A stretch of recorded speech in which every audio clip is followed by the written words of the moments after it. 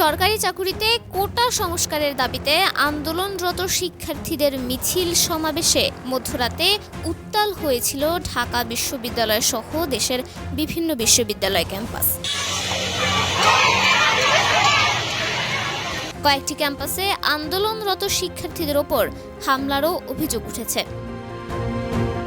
সংবাদ সম্মেলনে প্রধানমন্ত্রী শেখ হাসিনার দেয়া বক্তব্যের প্রতিবাদে ঢাকা বিশ্ববিদ্যালয়ে মিছিলকারী আবাসিক হলগুলো থেকে বেরিয়ে এসে স্লোগান দিয়ে মিছিল করতে থাকে শিক্ষার্থীরা। সংবাদ মাধ্যমগুলোতে দেয়া সাক্ষাৎকারে আন্দোলনরত শিক্ষার্থীদের অনেকে বলেছে, কোটা নিয়ে প্রধানমন্ত্রী শেখ হাসিনার একটি বক্তব্যের প্রতিবাদে তারা মধ্যরাতে বিক্ষোভ করেছে। ধারাবাহিক কর্মসূচির অংশ হিসেবে রবিবারই দিনের বেলায় আন্দোলনকারীদের বঙ্গভবনে গিয়ে রাষ্ট্রপতি বরাবর স্মারকলিপি দিয়েছে।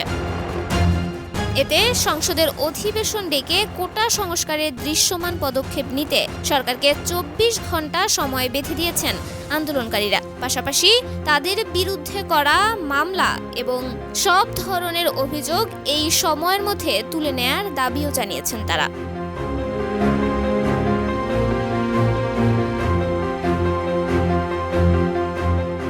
তন্নি শিকদার, দৈনিক সকালের দুনিয়া।